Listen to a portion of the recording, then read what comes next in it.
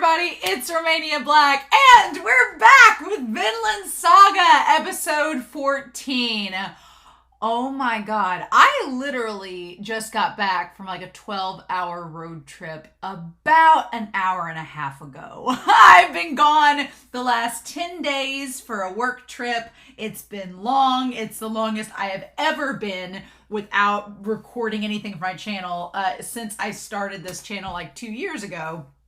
And it hurt. I wanted to record stuff so bad, but I couldn't. I had none of my equipment. I've been answering comments, and it has been torture having to wait literally a week and a half between episode 13 and this episode. And so I've muted the channel on Discord. I muted the Vinland Saga channel because I didn't want to get updates. I was like, I'll get to it when I get back. And so now it's nighttime on Sunday evening. Episode 15 is coming out tomorrow. I have stayed off social media. Luckily, this work trip has kept me away from social media. I've really stayed off of Twitter, stayed off of the Discord, unless I'm answering comments or just peeping in. I've stayed off of YouTube. It's been a nice mental break from technology. Sometimes it's nice to take a step back and not get on YouTube and all those applications. And so I'm really glad that I did that. It was a nice mental break to come back and be like, all right, I'm ready to go.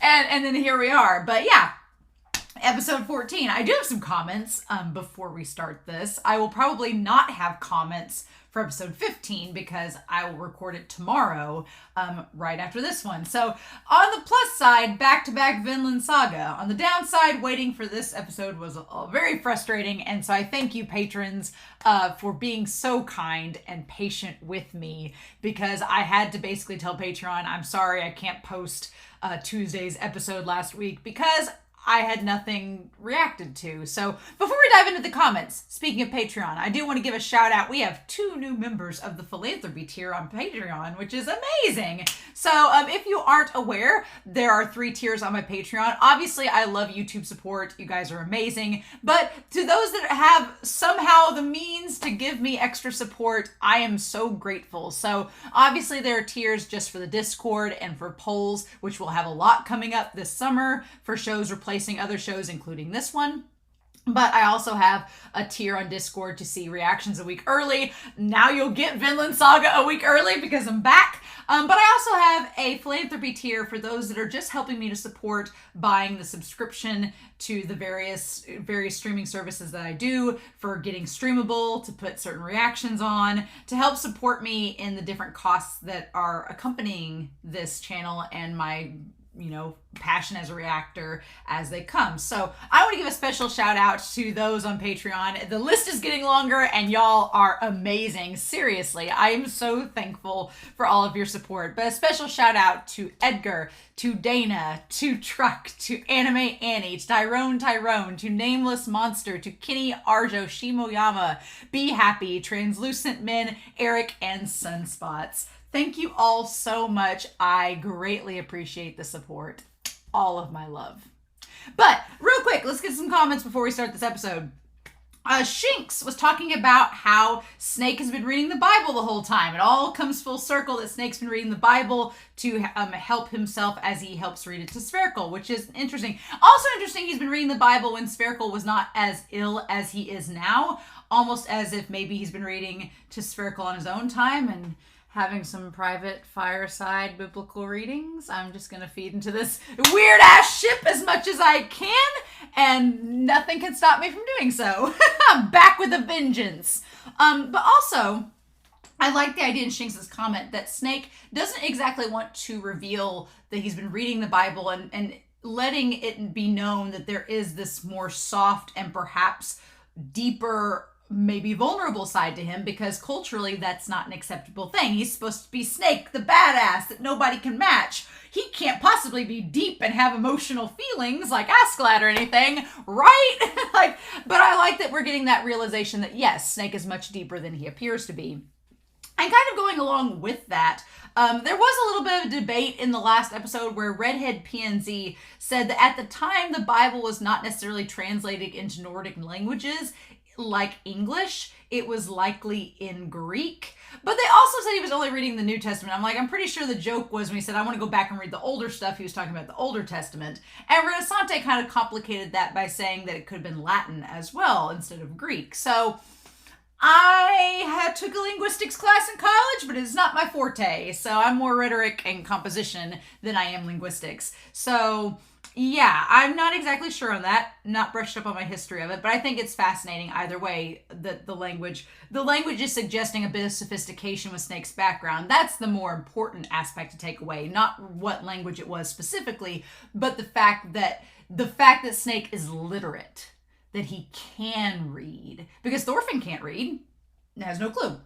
But the fact that at that time, not everyone could read. It was reserved for special classes and sects of people. So the fact that Snake has acquired this ability is something significant. So I do appreciate that.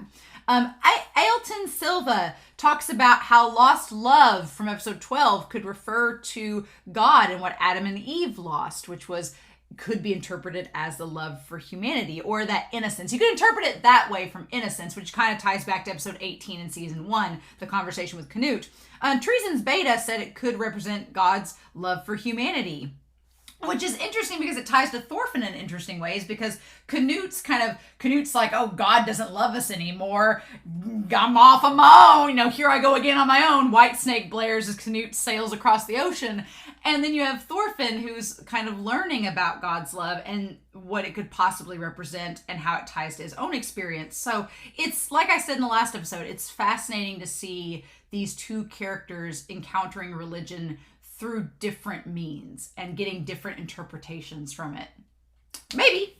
Anyway, it's interesting. But yeah, I'm really excited, y'all. I've been really hyped up for this episode all day, and as we were driving home, we got home a little bit earlier for my trip than expected, and I was like, oh, Vinland Saga. So that's where we're at, but I'm excited, y'all. Gardar has shown up to wreck Einar's romantic plans, and how is Snake and Thorfinn and Einar going to deal with him? Who knows? Maybe Gardar and them will become new BFFs. Maybe. But we're going to find out. So we're going to start episode 14. I can't believe we're on episode 14 already of Vinland Saga season 2. And we're going to do that here in 3, 2, 1. And let's do this, y'all.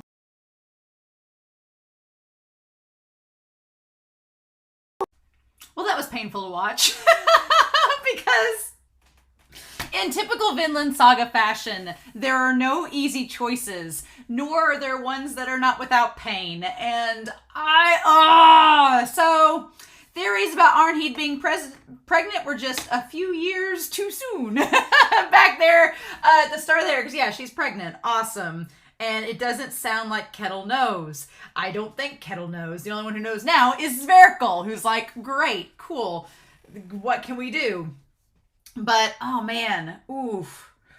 This episode was hard and complicated and there's the thing about it is that looming in the background of everything happening is Canute arriving with his force to take everything over. So it's like our main characters, they are dealing with this squabble internally without realizing the external problem that is looming over them. It's like they're dealing with the storm that is currently subsiding here and they're dealing with the storm that's at present, but they're not seeing the tsunami that is offshore, just like a few hundred feet away. They're dealing with like a rain cloud and a thunderstorm when there's like a tsunami that's coming straight for them and they don't even know it's here yet. It's terrifying, right? And it makes, as we the audience, it makes us want to say, oh, well, don't do that because this is going to impact later on. And what about this? But we're not those characters and we're not able to tell them in the moment. So things are rather complicated. And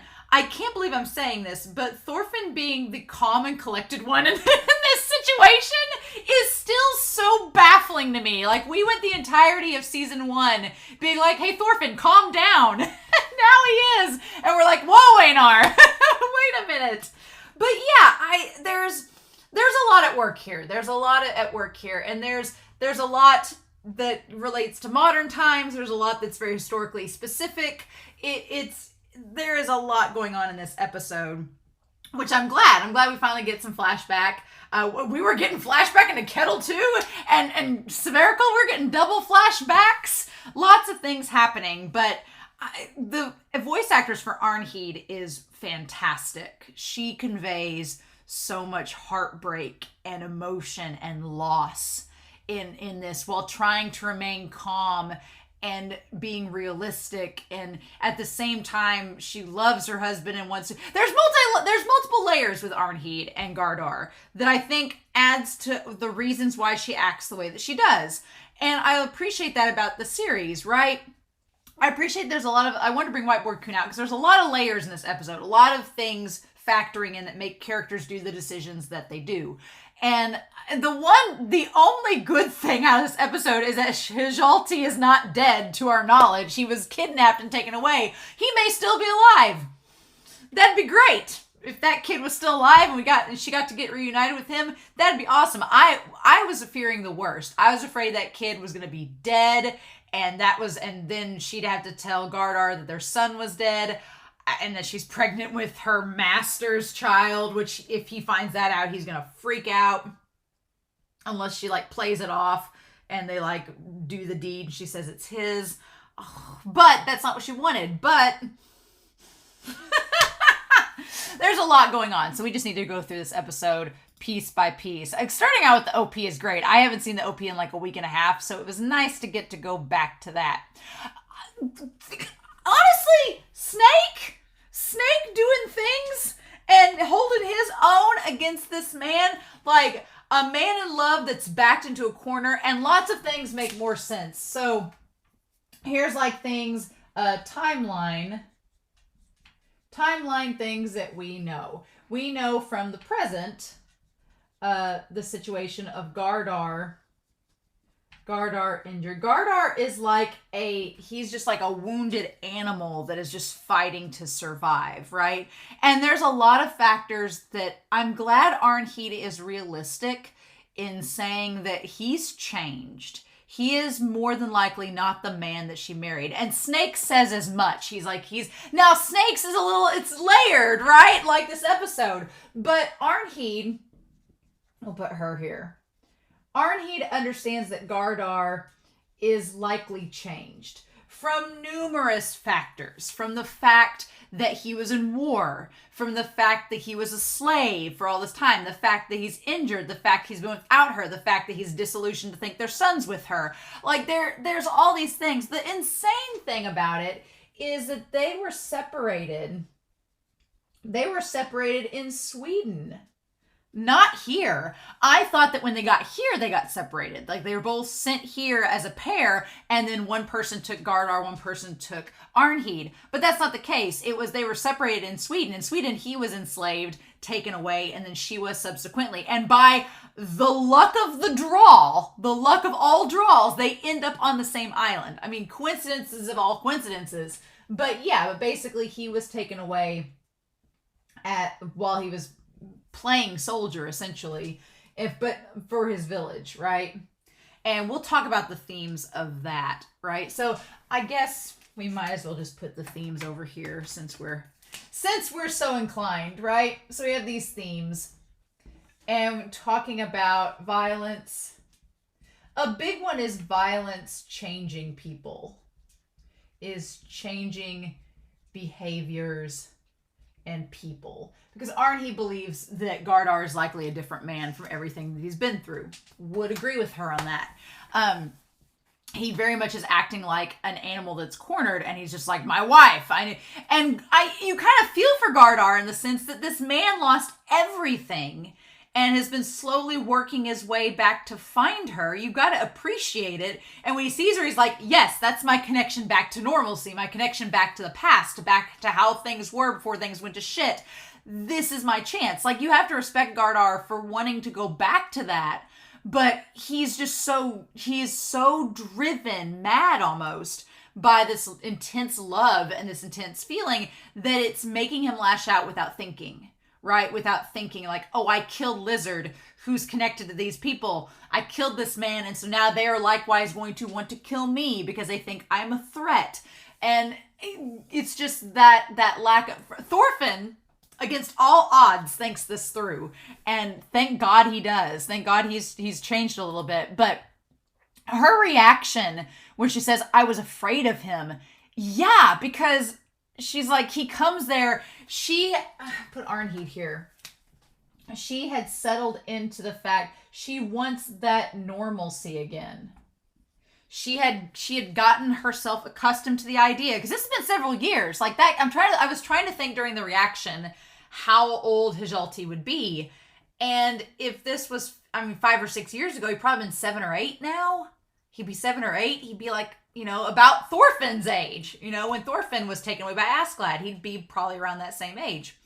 And Arnheid has done her best to weather the storm, to move on, to say, this is how things are. I've just got to accept it and move forward and submit, basically. She's done this submission to try to find some semblance of normalcy. And to Ketil's benefit, Ketil's not a bad guy. Arguably, having slaves is not good, but considering what the circumstances could be like Kjolter, he's not the worst. But, and I think there's this idea of Arnheid, her being so kind and compassionate, there's this idea that she represents to Ketil what he lost 20 years ago, right? She represents what he lost, and that love that he wanted to have, he finds in her, which is what it is. But she kind of has gotten used to the idea that if I just stay here on Ketil's farm and have his kid, that kid will be protected. Like, I lost my son. And God, if Gardar finds out that their son was taken away, like, what is that going to do to his psyche then? Because then it's like, Gardar's going to be like, not only did I lose my wife, I wasn't able to protect her, I couldn't protect my own child who was taken away, and now she's pregnant with another man's child, and I couldn't stop that from happening. Gardar is just going to have a shit day. He's had a really bad time, and him and Einar have my fullest sympathies, because Einar is dealing with his own conflicts we'll talk about, but Gardar, I'm feeling for Gardar. I really am, because yeah, his actions all make sense and they are justified, and yet because he's not thinking and because he can't, which this is the problem. Even if he were thinking it out, there's nothing he could do because he's a slave. So it's this episode is filled with the worst of worst decisions because the characters in it are all backed into corners, and they're like, well, how do we function within this society that's been created that gives us no choices? And so it's just, how do you make a choice in a choiceless situation? And it's so hard, and it leads you to do things that we as the audience know, oh, that's a bad decision, you shouldn't do that. But these characters are kind of pushed into a corner. Well, if I don't do it, what are my other options? And so, yeah, man, it's just, I love the expression where she's just so pained. She's like embarrassed and ashamed, and like her son's been taken. He's like, and when he's first talking to her, Gardar, he's like, you're more beautiful than before. Like he's so happy to see her. And Arneid's like, shit, I'm pregnant with another man's child. My husband's come back. He doesn't know our kid's gone. Like, her character runs the gambit this episode. And meanwhile, we have Einar and Thorfinn being like, what do we do? And Thorfinn's like, well, we don't have the right to do anything because we're not a part of this. There's an interesting idea here. Again, with Arnheid, it's about seeking that sense of normalcy and peace. And how does that translate? Like, we'll talk about the war back in Sweden and them getting into the kerfuffle and all of that. Well, then we have Einar and Thorfinn, right? We'll talk about them. Einar, we've established, has this sense of responsibility. Like, Einar has felt guilty from neglecting in his responsibility to take care of his sister and his mother. and that has haunted him and plagued him since the start of this season. And so because of that, Einar has this established sense of responsibility where he wants to be responsible, take charge, remedy situations, and be of help, which is a great personal attribute to have. But I do think that this is not their situation. This is between Arnheid and Gardar and the others. Like, this is, oof. And he's coming towards her, like, with the sword, with his shackle, like she's kind of freaked out. And she tries to tell him about Hjalti, and he offers his hand to her, saying, let's go. Let's return to our home together, the three of us. And this is where things get a little bit dicey and problematic, right? Because Gardar, here's our situation. We'll put him down here. Gardar, all he wants to do is for him and Arnheid and Hjalti to go home. Which is, what's funny is we've been following Thorfinn and Einar the last few episodes, who have been wondering, once they gain their freedom, what are they going to do? And the obvious thing that we've said in the discussions has been, well, they would just go home. Seems obvious enough. And Gardner is very much like, yes, I've come to get you. Now we're going home. We're going to be free. We're going to have our freedom. Roll credits. But it's not that easy. That's the problem. And I think that Thorfinn and Einar have been realistic enough to realize how this situation is a lot more complicated than it seems. Gardar doesn't seem to realize that. Gardar seems pretty disillusioned that he's just going to strong arm his way out, but he's injured. And plus, yeah, maybe Gardar, if he fought tooth and nail, could get out of the situation and get on a boat and leave. Maybe, possibly. But do you think he's going to get Arnheid out of there unscathed? Does she want to go because she knows she's pregnant with a child and wants to keep that child safe?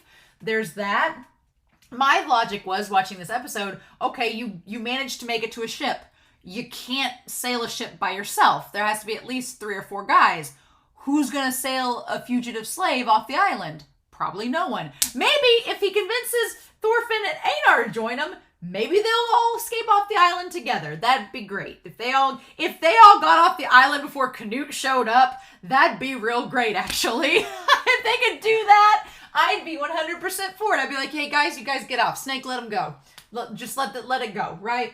So he wants to get off the island and go home, which we as the audience realize is a lot harder than it looks like. But we have looming under the surface the fact that Canute is coming to claim the island and its people for himself. So it's looming in the background. And this series is doing a thing where they don't want you to think about Canute. You see him in the OP, see him in the ED. They don't want you to think about Canute. They're like Gardar, all this stuff's happening. Let's focus on them. But it's there in the background, and I can't take my eyes off of it because I'm like, no, Canute's back there slowly edging closer. It's just like everything's converging. We have this storm that's brewed between Gardar and Snake and Thorfinn and Einar and Arnheid. And then there's Leif with Thorgal, Ketil, and Olmar coming back. And then there's Canute coming. It's just all going to lead to a head and be a ridiculous mess. And I'm not ready for that. No. So, yeah. So, Gardar just wants to go home, all 3 of us. And the thing about it is, Snake, I will give a lot to Snake's credit. Snake keeps her from going with him. She's like, our home. And yeah, and Snake says, don't take his hand, Arnheid. You know what? Snake is rather interesting in all of this. I will give Snake this, because Snake is surprisingly non-violent. He is, which is rather interesting. And now that I think back, he's never really killed anybody that we've seen so far. He's knocked people out. He's given them a what to and beat the shit out of them.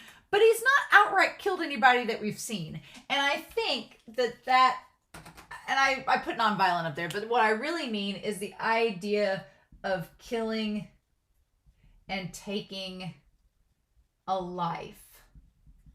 And the burden, the weight of that sin. Because Thorfinn seems pretty adamant about it. Thorfinn's like, hey, Einar, before you go killing someone, do you think you can really do this? Right? Snake, what's fascinating about him in this episode is that he does not kill Gardar. Could have very well killed him. So could have killed him. He could have killed him like instantly and then told Ketil and them, hey, this guy came at me. I tried, but I couldn't. I had to do it to defend myself. It was an act of self-defense. I had to kill this man. He killed Kajalter and his sons. Done and done. Wrapped all up in a nice bow. Okay, let's move on with our lives. He could have done that. Right? But, because what's there to gain by keeping him alive? Unless it's for Arnheid's sake, unless it's, what is the point? And I think it ties to Snake's philosophy, maybe, that he doesn't kill people. He incapacitates them and then lets someone else do the job.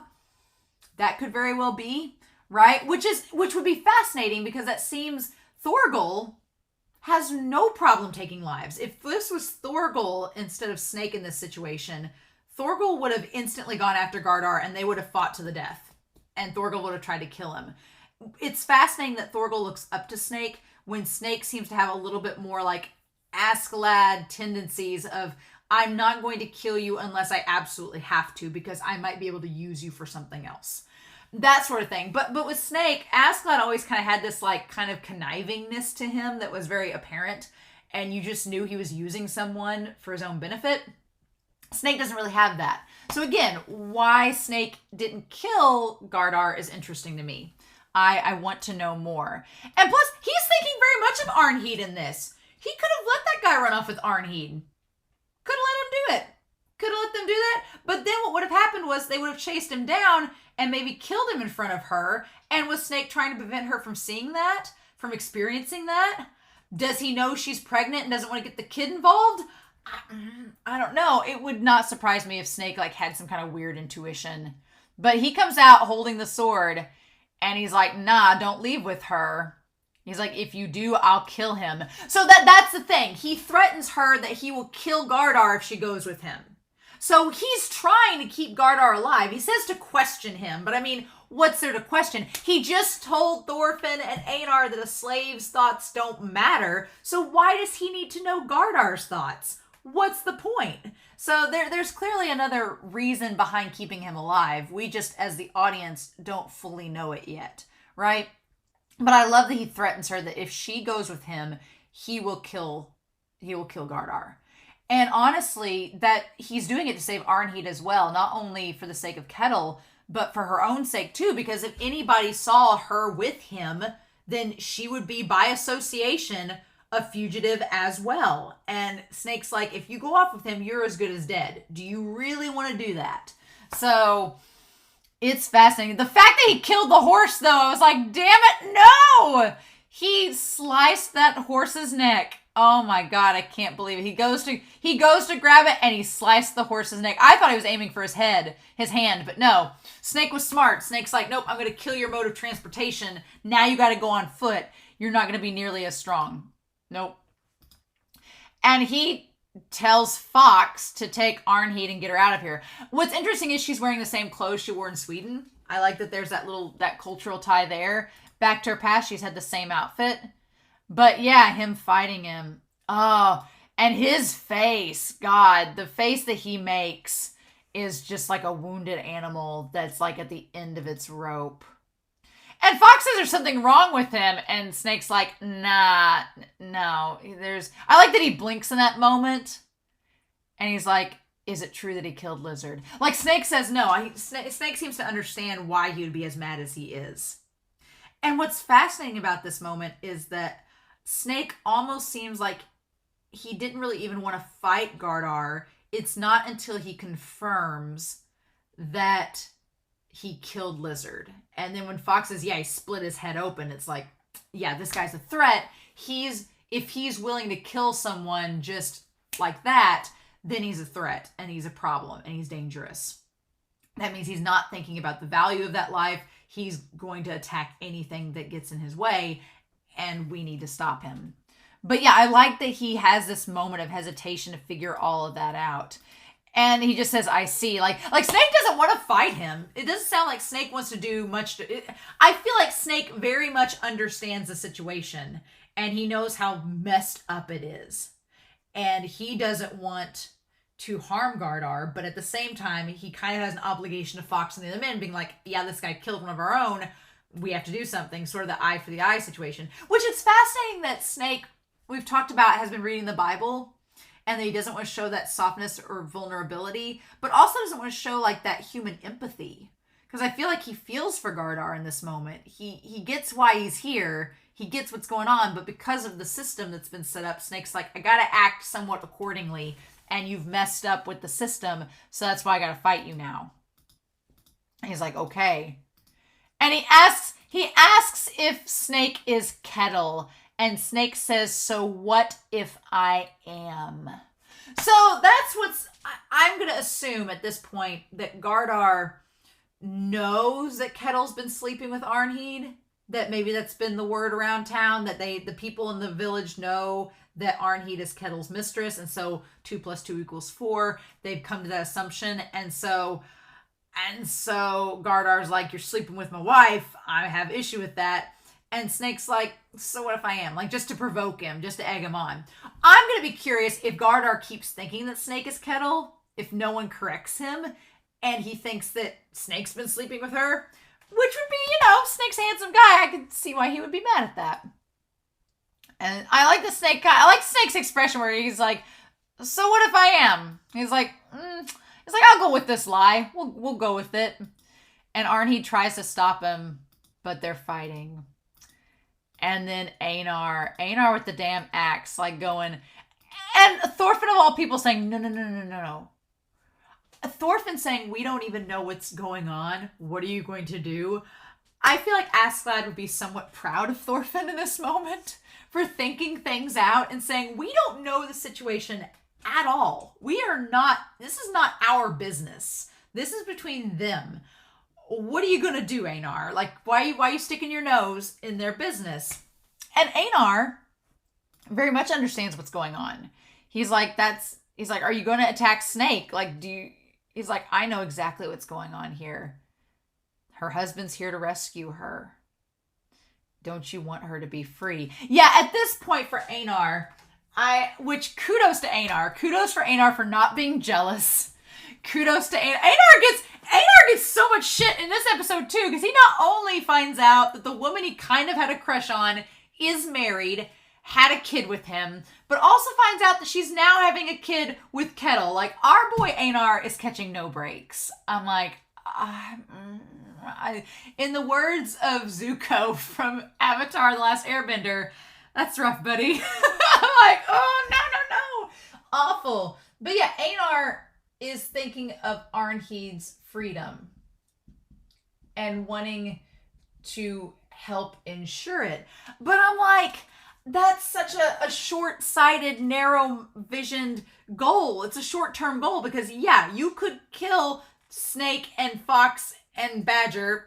Sure, you could say you could kill all 3 of them and let her go with him. But that's such a short-term goal because, again, how are they getting off the island? What if they run into other threats? What will happen to you? Like, Einar is not thinking of the long game. He's thinking of, I'll just free her now and then we'll go from there. And you can't do that. Not in this situation.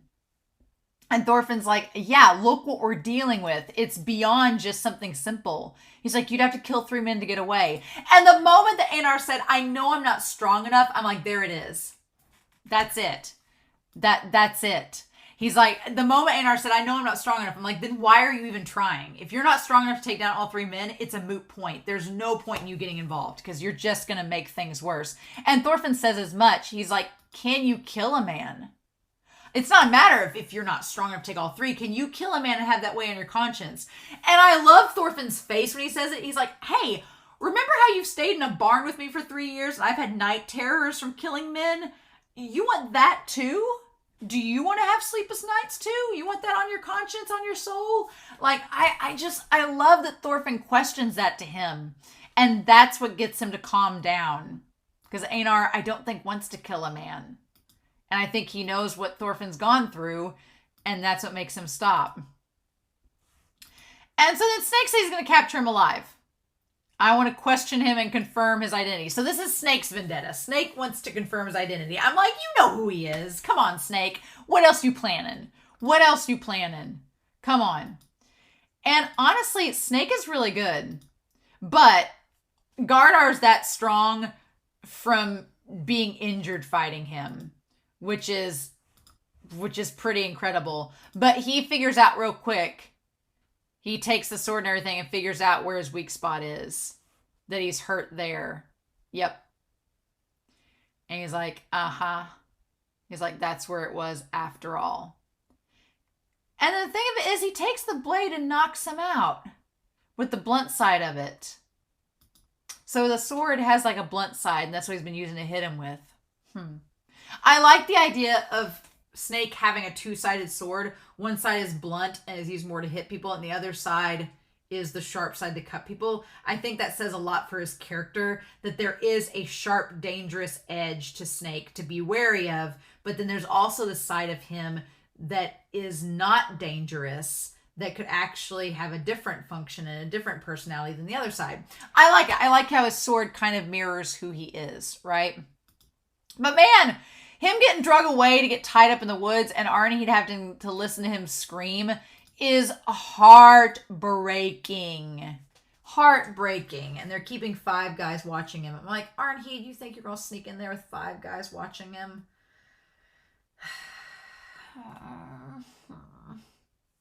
But yeah, that scene is so gut-wrenching, like her just crouched up against the side of the building. And Snake looking to them being like, I bet you two have something you want to say. Looks like you've got something to say, but a slave's opinion doesn't matter. And of course, Einar gets mad at that. And Thorfinn's in like Zen mode. Thorfinn's like in his Zen mode, like trying not to get involved and trying to ward off evil thoughts. And Einar says, can you even let him off the hook? And Snake's like, he killed one of my men. He's suspected of killing others too. Not only that, but he wants to kill the master. And he intends to kidnap the master's darling Arnheid. And that's what gets Einar flustered because, yeah, Arnheid is, again, put in the middle of this as a slave and her freedom is completely forfeit, right? So Snake's like, this is bad enough. He's like, he's got 1 count, he's killed people. That's a problem. He wants to threaten the master of the island. That's a problem. And then he wants to hurt the woman that the master loves. That's our third problem. He's like, Snake is saying, even if I understand this guy's vendetta and we don't know if Snake agrees or disagrees with it, but he's like, he's done 3 checks against the status quo, and that's no good. And he's like, I've been hired to help keep the status quo, so I'm kind of in a pickle, is what he's saying. Which I think, again, Snake could have killed him. Could have outright killed him, especially knowing that he wants to kill Ketil. Could have outright killed him, but is leaving him alive for reasons. And of course, Arnheid gets mad at that, and Thorfinn's just like, he's like, we can't let someone like that off the hook. Yep. But he doesn't kill him. I'm still floored that he didn't. I mean, for the sake of the story and the plot, I'm not surprised. But for Snake's character and what we've seen so far, it's a very interesting development. And he tells Arnheid to forget about him. That's not your husband.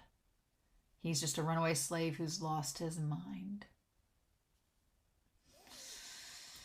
And that's such a harsh thing for her to hear. That's so hard because it is her husband. And in some regards, Snake, that idea of normalcy and the idea of peace, it almost seems like Snake maybe is against whatever the situation is trying to give her that, being like, look, forget about him.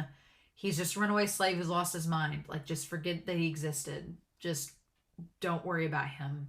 Worry about yourself and your kid, right? It almost seems like Snake is trying to help her in that regard, but that's so hard because it's her husband and she does still love him. So it's damn hard, right? And Einar is just like, I'm glad Einar didn't say anything in that moment. I was afraid he was going to open his mouth and say something really bad and just not give her space. But that scene in the shed where Einar's like, his legs bouncing up and down because he just can't take it anymore, and she's like, cool it. Like, how calm and collected she is. And Thorfinn just sitting there like not knowing what to do, because Thorfinn's like, Thorfinn has the unique perspective at this point in the story of being able to look at the Isle from both sides. He's been on the side of the people that have raided the villages, and he's seen that firsthand. But he's also been from the side of being a kid plucked from his dead father's grasp at age 6 and drug away with a bunch of Vikings, which is why when Arnheid tells the story about Hjalti getting taken away from her, Thorfinn has such a visceral reaction. Not only because, one, he's been from the party that has done that to people, so he knows what that entails, but he himself was drug away from his family at age 6. So he's looking at it from a crazy perspective. And part of me was wondering if Thorfinn was thinking like, oh my God, Hjalti could be out there right now, like me, killing people with this Viking army and not realizing that he was kidnapped as a baby. Like, you know, there was a part of me that thinks Thorfinn was afraid there's like another version of him out there, that it was just part of the system, right? I love how they animated Arnheid. They make her look so pale. And she's like, I want to go out and see him and basically like heal his wounds. And Einar points out that like he'll probably be executed. And she's like, it's fine. It's better to sit still and wait for the storm to pass. And Einar asks her if she loves Gardar, and she's like, I do, which is kind of a question to ask. What got me was she said our parents arranged our marriage, but he was kind to me and our son. So, you know, there's a part of me that instantly, the moment we get arranged marriage in there, that kind of makes you question whether that love was real or whether it was like fabricated for the sake of, well, we're stuck together, I guess we gotta get along. But it genuinely seems like they did love each other. Like, despite the fact that they were forced together in this situation, that they were able to find love. And that kind of makes her situation with Ketil seem all the more understandable now, because in this case with Arnheid, she's used to this idea of a forced relationship, which is fascinating to me that the mangaka made this choice. It explains so much about her character. It makes that idea of finding the best of a situation and of a relationship, because when she was with Ketil, I was kind of like, man, she's really like submitted and succumbed to this idea of her being a slave and that there's nothing she can do. And I was like, is her feelings for Ketil genuine? At this point, we don't know. I mean, I'm assuming she doesn't obviously love Ketil like she loves Gardar, but what I think is, since she was forced to marry Gardar in an arranged marriage, but found a way to love him, and he was kind, because she specifically says, our parents arranged our marriage, but he was kind to me and our son. I do love him. She says, I do love him, and then she explains the situation. She didn't say, our parents arranged our marriage and I fell in love with him. She says she loves him, but the real big thing to take away from that is that because he was kind, that love was allowed to bloom. It's in the most bizarre of ways, and I know it's not the same, but she's kind of been arranged into this relationship with Ketil, and he's kind. And so she's accepted it, kind of like she accepted her relationship with Gardar, because he was kind, and she thought, okay, things could be a lot worse. And then that kindness with Gardar bloomed into love. Now, I don't think it's bloomed into love with Ketil, but she has accepted it because of that kindness. So it explains her character a lot more and why she's so okay with everything. She wants that normalcy and peace and thinks Ketil can give it to her the same way that Gardar did. And so when she tells them this, Einar is like, well, then we should go and help you because you love him, right? Even if we end up having to fight Snake as men, it's better than doing nothing. So there's this idea here of, do you weather the storm and do nothing, or do you tackle it head on? And that's a hard question, right? That's a hard question because it depends on what your end goal is and what you consider to be worth it, right? Because he's like, it's better than doing nothing. But I'm like, if you get involved, are you going to make the situation worse? And he asks Thorfinn that. He's like, even if we end up having to fight Snake, and he's like, isn't that right, Thorfinn? And Thorfinn's just like, Thorfinn knows the weight of getting involved.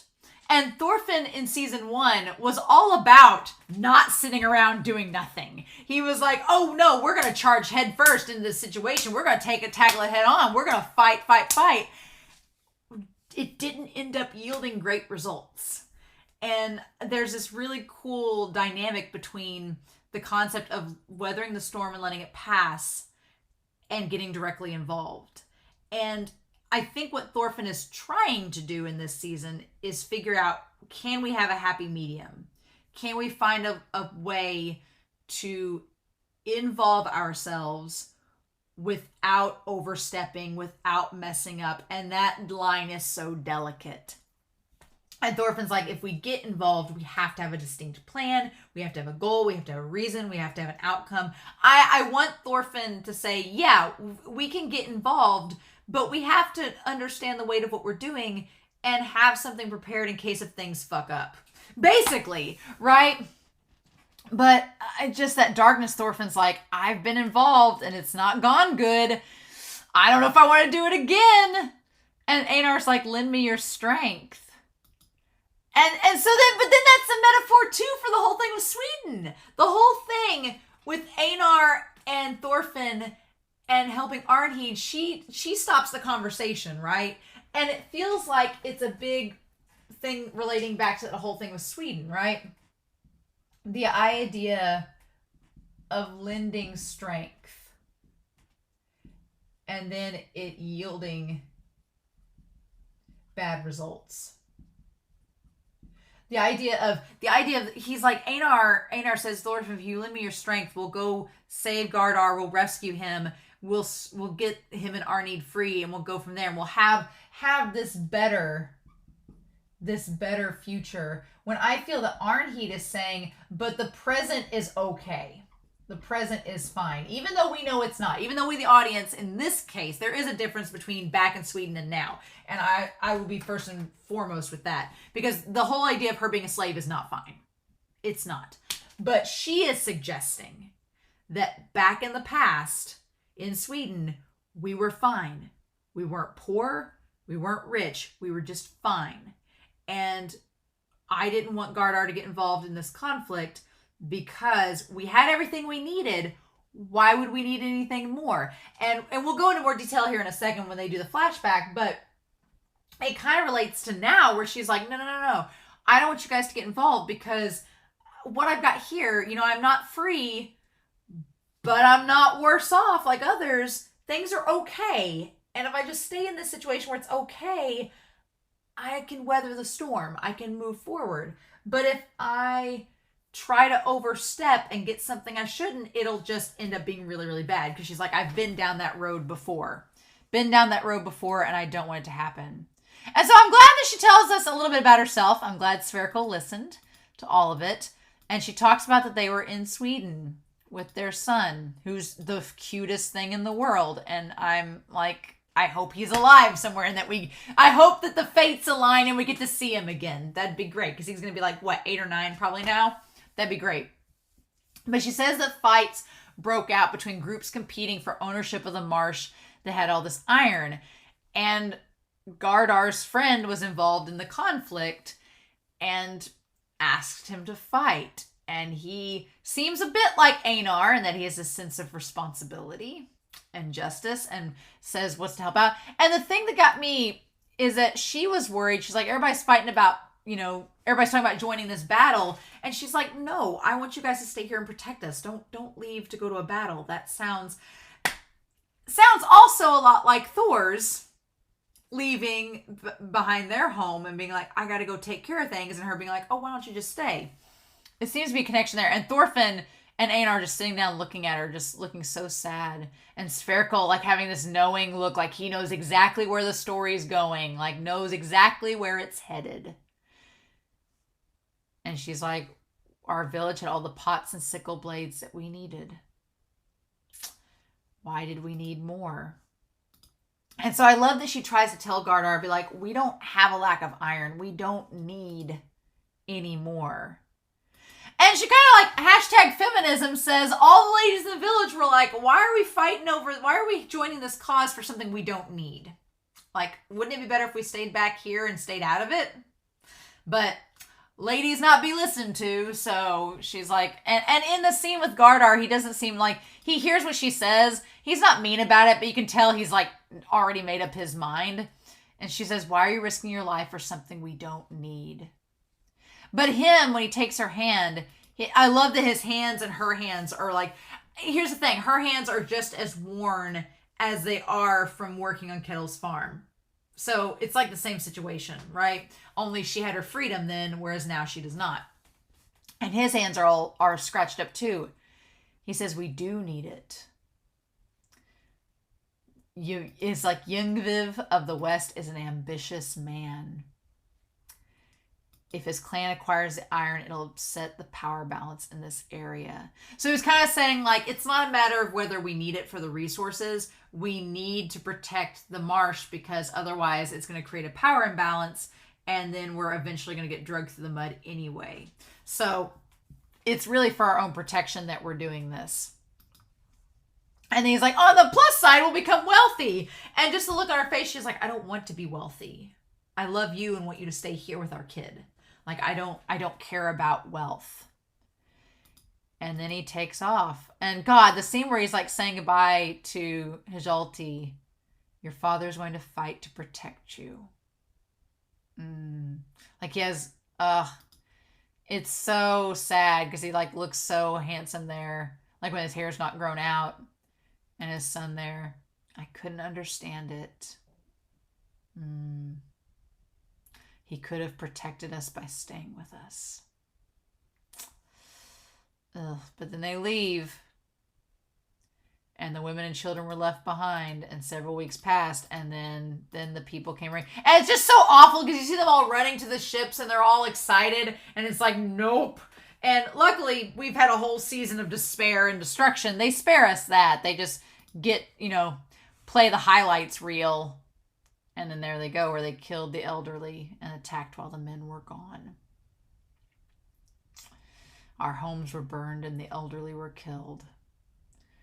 And the women were put on ships and taken away. And you can tell when she starts to really get emotional is about her son getting taken from her. Her son getting taken away is the part that gets her. I lost Hjalti. And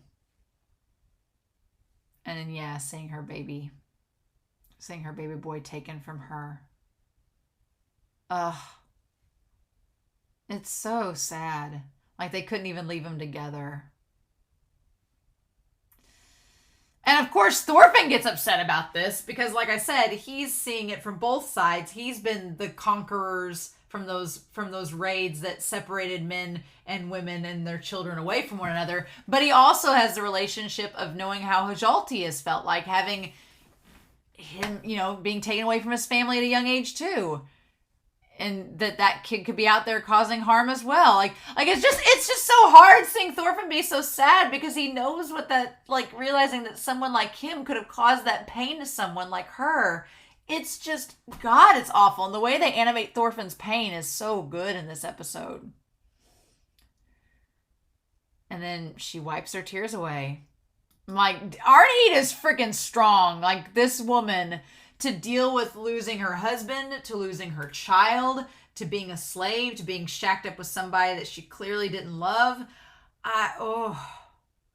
And she just takes it all. And when I met Gardar today, I was afraid of him. To say that, I'm sure all the suffering he's experienced has changed him. Yeah, not necessarily the violence, but the suffering has changed him. He's the storm itself. So do we wait for the storm to pass, or do we go in the middle of it and take it head on? Yeah, he's the metaphor of the storm. Oof. But her saying, she's like, this time I have to protect my child from the men's storm. So, and that's so hard. She's like, I have to protect my child from the storm. Like, if my husband finds out, like, I could put him in danger. She's like, my kid is the most important thing to me now. I've lost one child. I don't want to lose another one. And that's like the biggest red flag. Cause I'm like, Knut's on his way. And I'm like, she's with child. If anything happens to her, that baby, I'm like, no, get him out of there. Yep. And she said, I learned the other day that I'm pregnant with Master Ketil's child. Mm-hmm. Yep. So, and she doesn't seem, I mean, she's accepted. Like, Arnheid is insanely accepting of what's happening, where she's like, I've come to peace with it. I've accepted it. I want to peacefully raise a healthy child. Like, that's where I'm at. And she's like, so Einar, stay here until the storm passes. But then I like the fact that she's like looking there at the sink, like at the storm, thinking about what to do. And she thinks about her son getting taken away in that moment. She thinks about him, and then that's when the fire lights. Like, she's going to go tackle it head on. Like, she's going to go help Gardar and maybe explain what's happened. I love that Spherical stops her. And I love that he says, I'm not so senile that I've lost it all, right? He's like, I've not lost everything. I love the way that the dwarf frames her. Like, the way she's framed in the moonlight. It's beautiful. That whole scene at the end where she's like, her hands shaking, wondering if this is the right thing to do. Should I even try to go down there and see him? Am I potentially putting myself and my child in danger? What do I do? And her hands shaking. Like, it's gorgeous. And that's where Spherical says, I once waited for the storm to pass too. And finding out that it still caused damage as well. I trembled as I hid. And she shuts the door so she can listen to him, right? So she can hear his story. She waits till he can tell it. So now he says that it was more than 20 years ago. So obviously before he met the mistress that I'm assuming had Thorgil and Olmar, right? So Spherical talks about 20 years ago, which I'm assuming after he lost the one woman, he probably married the mistress, just gave up, settled, married the mistress, and had Thorgil and Olmar. But he talks about back then that Ketil, and I love that Ketil, my son Ketil, and a beautiful girl from our village were in love back then. And maybe I don't think she had any kids with him, though. They were in love, yeah. And him with, like, the hoe and everything. And she had red hair, too. A man from a nearby village named Eb, wanted to take her away. Because he fell in love with her, too. I was forced to make a painful decision. So, yeah, because and at the table, there's Ketil saying that he wants to fight for her, to keep her with him, and Spherical had to make a decision. Do I let my son fight to the death and possibly lose his life, or do I tell my son to back down and let him take her as the bride? He's like, we were weak. We couldn't have done anything. So we were afraid that we'd get wiped out if we tried to defy him. So we made the decision to submit and let him take him. And he's like, Norsemen would be disgusted to hear that. Yeah, that he was a coward. I offered up a young woman to protect myself. And then the worst part is that on the day of their wedding, when she looks horrifically sad about everything, that's when, and you see, and she had these hazel eyes, oof. And that's when you see this guy came and just it was like Hamlet style. Like, the guy came in at the last minute, like, just killed everyone in the wedding and then peaced out. Like, that was it, right? So it didn't matter. And then they all showed up, and Ketil showed up there in time to see her dead. And so nothing happened. So it's like because they did nothing, Ketil was sad, and because they did nothing, it ended up being disastrous for everyone anyway. So weathering the storm doesn't always mean that you're left without scars, as he said. And she says, why does it keep happening? And he doesn't really have an answer to that. He's like, the world is complicated. And I do appreciate Spherical's honesty. He's like, I don't know why these things happen. But the only thing I can say is that, yeah, if you weather the storm, then it may pass without harming you, but it may also leave some scars. There's no guarantee you're going to leave unscathed regardless. So it's like, and you see Spherical looking over at Ketil, holding her hand, like sad that she's dead. And he's like, because of my cowardice, nothing ended up being saved in the end. So was it worth it for my son to be devastated and her end up dead in the end anyway? He's like, you've got to make a decision, but is it gonna be worth it to weather the storm? And that's what you got to figure out for yourself. And she seems to think that it will be. And so she's taken off. And I love that shot of her just in the wind heading that way with the bucket of water.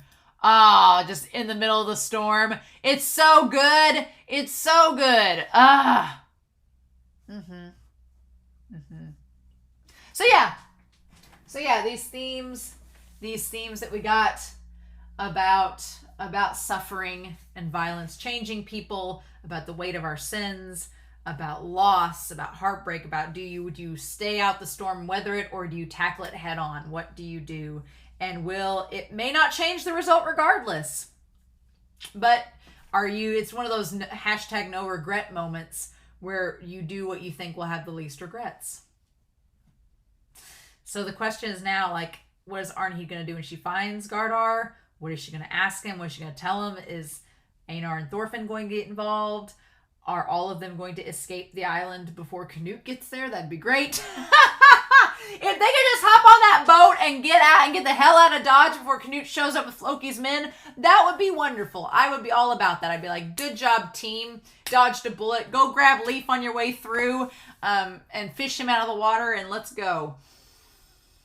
But I don't think it's going to be like that at all. I don't think it's going to be that easy whatsoever. So, this episode was so good. Just peeling back the layers and like, how is Snake going to react to all this? What does Snake want to know from Gardar? So many questions. And I'm super excited to find out what's going to happen in the next episode. So I'm excited. I get to wait like 24 hours to watch it, which is great, right? So I'm excited to see it tomorrow and I'll have to wait for those answers. But I'm very curious to know your thoughts down below, what you thought of this episode and the situation. It's not an easy situation at all. That's kind of the hardest part. It's very similar to shows like Attack on Titan, where these characters are put into like the worst of the worst situations, and no matter what decision they make, it is not going to be the consequences are going to be bad no matter what. So what do we do? So yeah, I'm excited. I hope y'all are too, but I will find out what will happen on the next episode of Vinland Saga Season 2. So in the meantime, I hope y'all have a wonderful week.